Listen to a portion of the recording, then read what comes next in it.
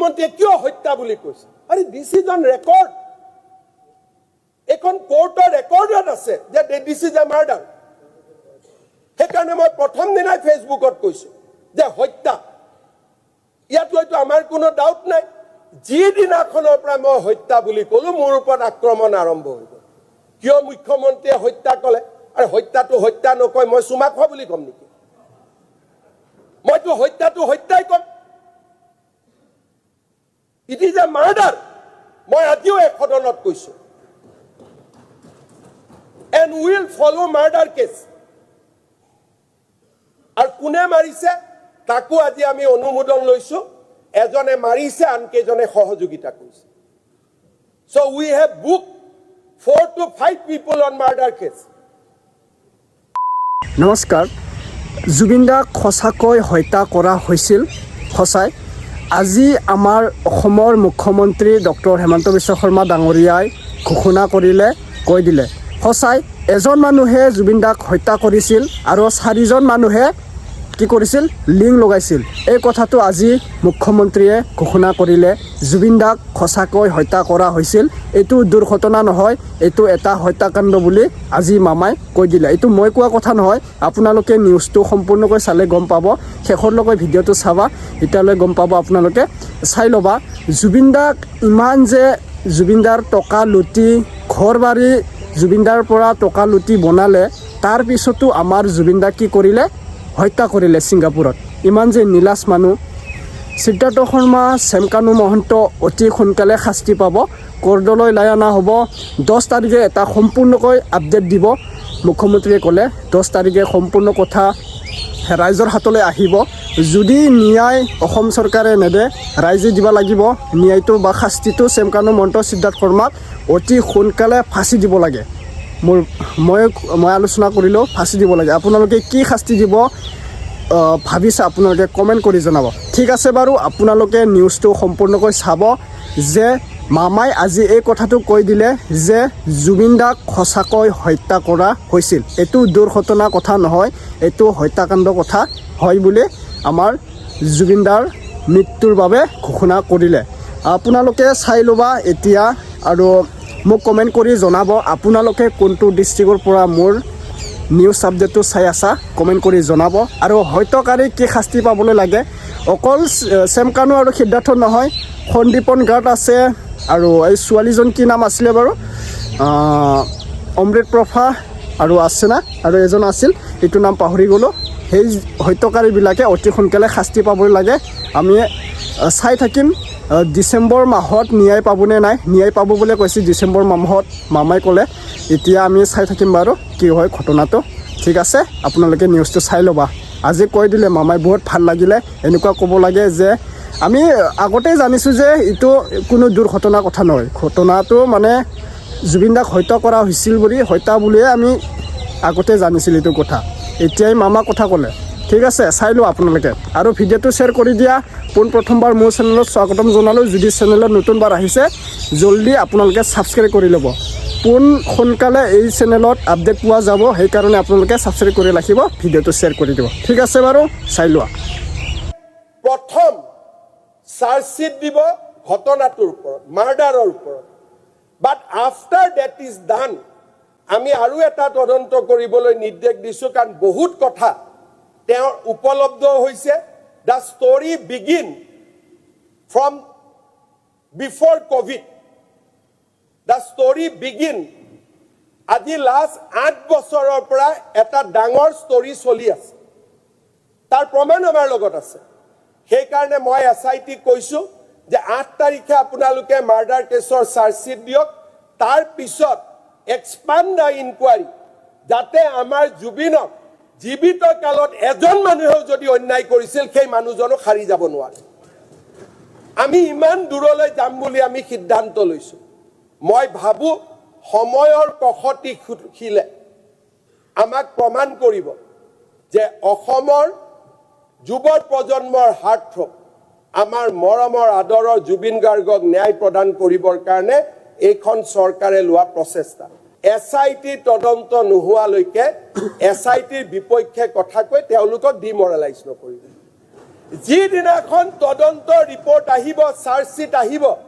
সিদিনাখন যদি কোনোবা উকিলে কয় this is a weak chargesheet বেলেগ কথা কিন্তু আজিৰ দিনটো যেতিয়া আমি দেখাই নাই চাৰ্জশ্বিটখন কি হ'ব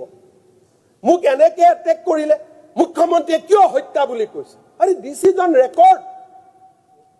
এখন কোৰ্টৰ ৰেকৰ্ডত আছে যে দিছ ইজ এ মাৰ্ডাৰ সেইকাৰণে মই প্ৰথম দিনাই ফেচবুকত কৈছো যে হত্যা ইয়াত লৈতো আমাৰ কোনো ডাউট নাই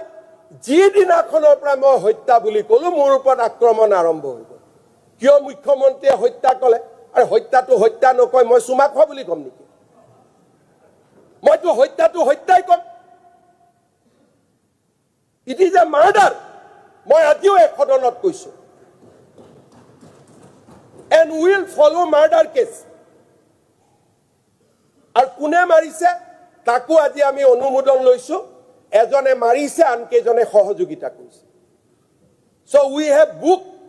4 to 5 people on murder case ইয়াত আমি জুবিনক লৈ ধেমালি কৰিব অহা নাই আমি জুবিনক লৈ ৰাজনীতি কৰিব অহা নাই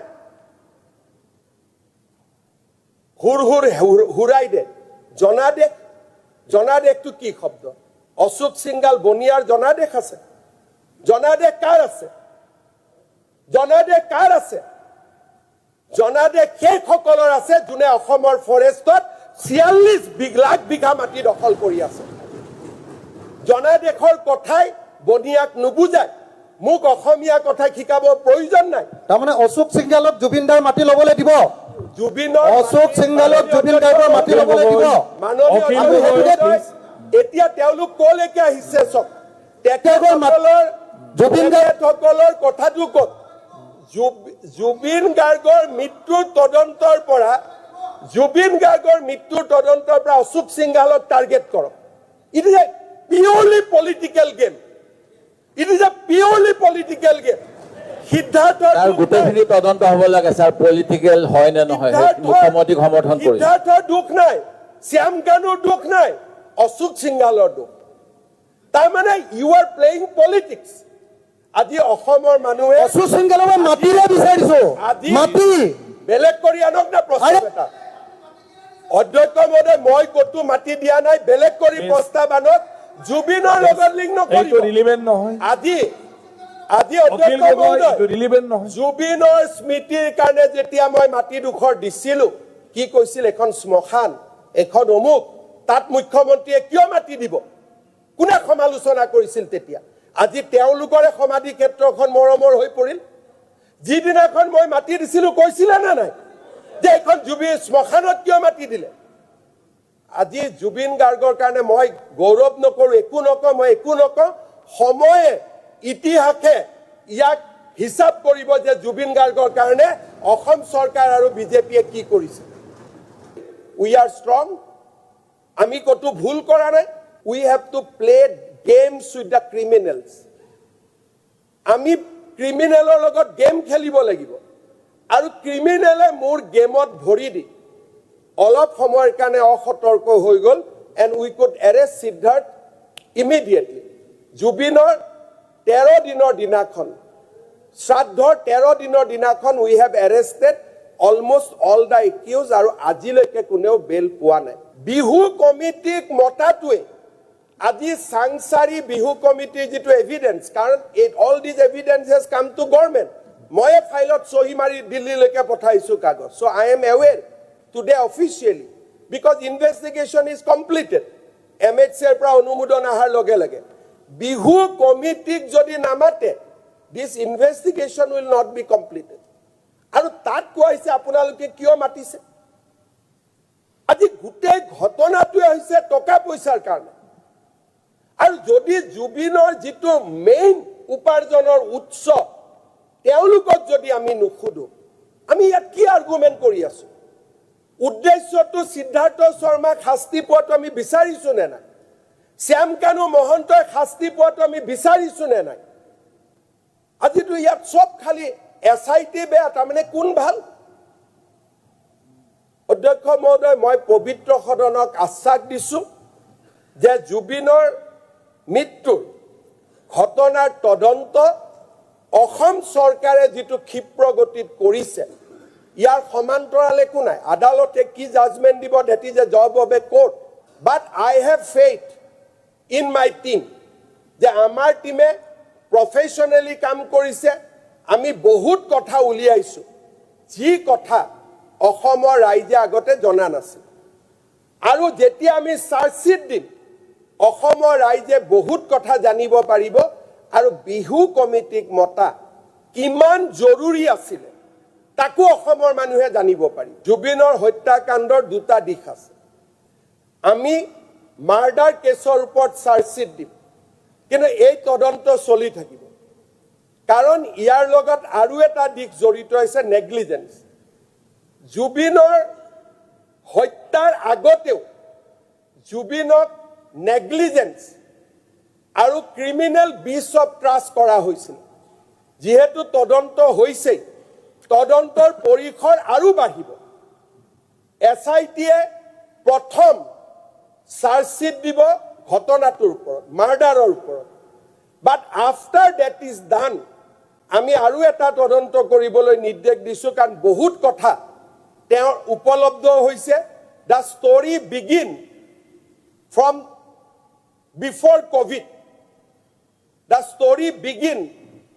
আজি লাষ্ট 8 বছৰৰ পৰা এটা ডাঙৰ ষ্টৰী চলি আছে তাৰ প্ৰমাণ আমাৰ লগত আছে সেইকাৰণে মই এছআইটি কৈছো যে 8 তাৰিখে আপোনালোকে মাৰ্ডাৰ কেছৰ চাৰ্জশিট দিয়ক তাৰ পিছত এক্সপান্ড দ্য ইনকুৱাৰী যাতে আমাৰ জুবিনক জীৱিত কালত এজন মানুহেও যদি অন্যায় কৰিছিল সেই মানুহজনক হাৰি যাব নোৱাৰে আমি ইমান দূৰলৈ যাম বুলি আমি সিদ্ধান্ত লৈছো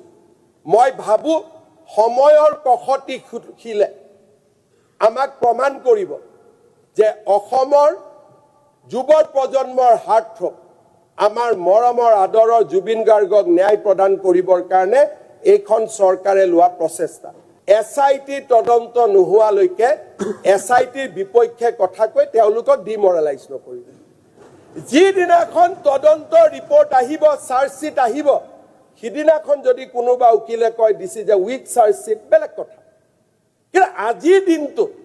যেতিয়া আমি দেখাই নাই চাৰ্জশিটখন কি হ'ব